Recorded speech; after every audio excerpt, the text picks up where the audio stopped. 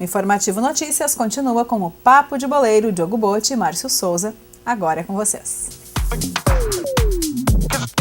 Olá, Rita de Cássias, nós damos sequência ao Informativo Notícias com o Papo de Boleiro de hoje.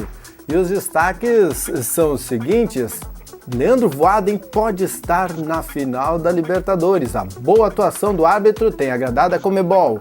A atuação de Fred no jogo entre Grêmio e Fluminense virou polêmica em todo o país. E jogadores colorados dão um bom exemplo de solidariedade. Agora, no Papo de Boleiro.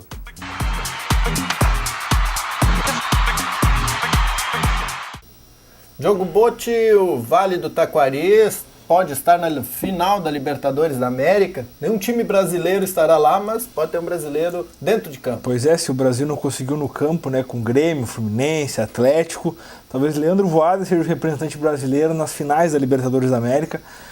Árbitro cogitado para a Copa do Mundo, acabou perdendo a vaga para o Sandro Meirahit por questões físicas, por não ter sido aprovado no exame da FIFA. E agora pode estar representando em mais uma final, né? Se não me engano, o Voaden já teve em decisões da Libertadores. E a Conmebol não é por sorteio, que nem aqui no Gauchão. Não, é por indicação mesmo. Sim. Existem os árbitros sul-americanos, a confederação determina, e pelos times dos países que não estão atuando, no caso que nem na Copa do Mundo, por exemplo.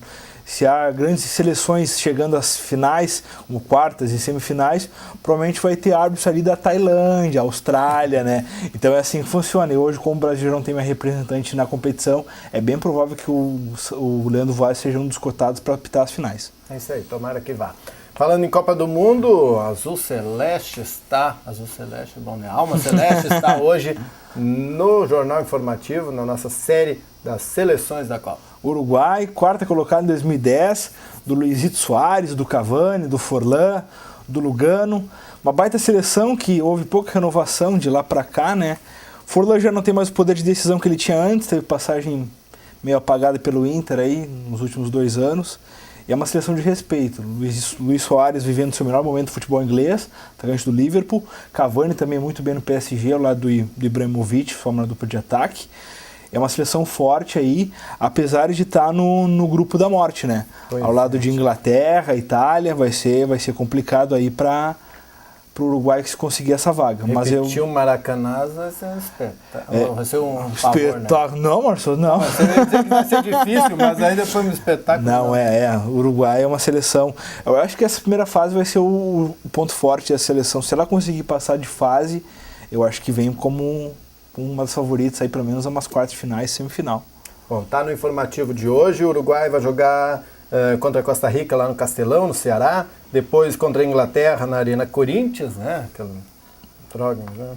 E também na Arena das Dunas, no Rio Grande do Norte, contra a Itália. Uruguai que é cabeça de chave do grupo D. É isso aí. E amanhã nós temos a grandiosa Costa Rica. Não sei de onde é que eu vou tirar conteúdo para escrever da Costa Rica. Mas bom, tem dado qualidade todos os dias. Diogo Botti, tu estiveste no jogo de Grêmio e Fluminense. E o Fred meteu crime no jogo do Grêmio. Aquele pescoçaço, né? Foi uma atitude esportiva do Fred, acabou expulso no lance, né? Avisado pelo árbitro de trás da goleira ali, o quinto árbitro, né? O auxiliar que ficam atrás das goleiras ali, além dos bandeirinhas. Acabou avisando o Sandro Meirahit, que acabou expulsando o Fred. Mas o que repercutiu, né, Márcio, a questão, tipo, como é que é? E se fosse na Copa, né? O Fred está com a seleção brasileira, homem de confiança do Filipão, titular do time agora que vai buscar o hexacampeonato. Foi uma atitude, a gente não sabe o que rola no campo, né? Questão da provocação e tudo mais. Mas o Fred, eu acho que tem a gente esperar um pouco mais de cabeça no lugar, né? Era um jogo, não era decisivo, era um jogo de 3 pontos, mas Grêmio e Fluminense, duas equipes que estavam ali brigando no início de competição, eu acho que foi os extremos do Fred.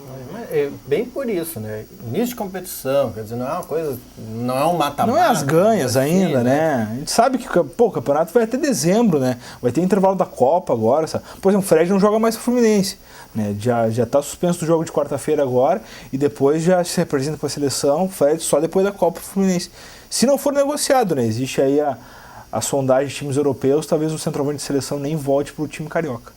E o Grêmio teve, nós temos as imagens, o Grêmio teve um incentivo muito forte do Anderson Moreira dentro do vestiário e depois o Marcelo Groi fez milagres naquele Marcelo jogo. Groi é fantástico, né? Um jogador de exceção, assim.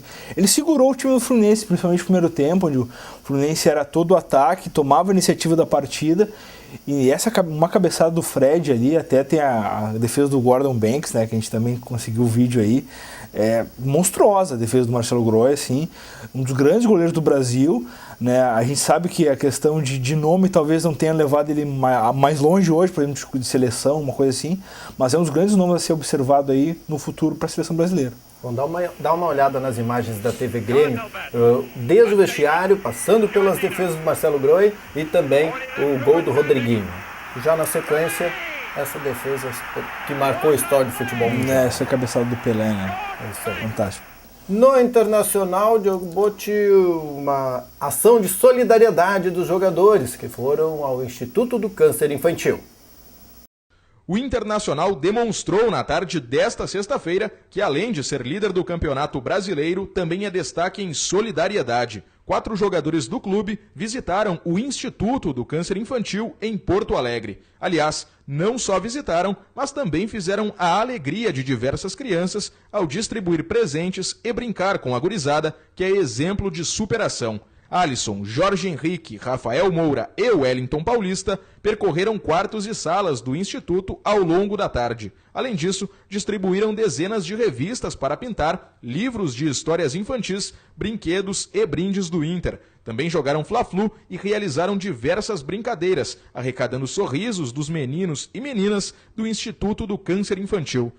A gente entrou no quarto ali da Tamires, né? Ela muito emocionada, muito colorada, né? A gente vem aqui como cidadãos, mas vem a imagem linkada, né, do jogador. Ela ficou muito feliz e aí comentou que o namorado era muito colorado também e pediu que a gente desse uma palavra com o namorado dela. E aí fizemos umas brincadeiras ali com ele e tal, foi muito bacana, foi uma experiência muito boa, né? Como eu falei, a gente vem como cidadãos, a gente vem como pessoas comuns e o jogador fica dentro de campo, a gente vem aqui e vê a alegria dessas crianças, a gente trouxe alguns brinquedos para eles. Ganhamos um tempo no nosso dia, gastamos umas 2, 3 horas aí brincando com eles, então isso faz bem pro coração, acho que faz bem para qualquer pessoa. Mas para mim tem um significado diferente. Minha mãe no ano passado teve câncer de mama, então você vê uma pessoa dentro de casa e agora você vê crianças, eu tendo 2 filhas também, acho que mexe muito, emociona e é por uma boa causa. Acho que a gente vinha aqui alegrar, colocar à disposição um pouco do nosso tempo para uma causa tão nobre, eu acho que é super válido e essa com certeza foi a primeira visita de muitas. Além da ação de solidariedade, o Internacional se prepara para jogo agora no meio da semana. Contra o Curitiba, fora de casa, mais um teste forte aí. Ele não conseguiu a vitória contra o Criciúma, que era um dos Walking Deads, né? Agora pega mais um Walking Dead, Curitiba que não tá bem na tabela. Do Celso Roth, vai ser uma pedreira lá pro Inter no Couto Pereira. São 5 desfalques que o técnico Abel tem, além do Paulão, lesionado, do Gilberto na seleção sub-21, do Arangues com a seleção do Chile. O chileno só volta depois da Copa, se o Inter comprar. Ainda tem o Williams, suspenso, e o Juan suspenso. Então são 5 ausências aí pro técnico Abel Braga. A tendência é que o Índio forme a defesa ao lado do Hernando. Lateral direito, o Diogo deve ser mantido. No meio de campo, o Igor treinou ao lado do Wellington, que fez sua estreia contra o Criciúma. Essas são as peças de reposição hoje para o técnico Abel.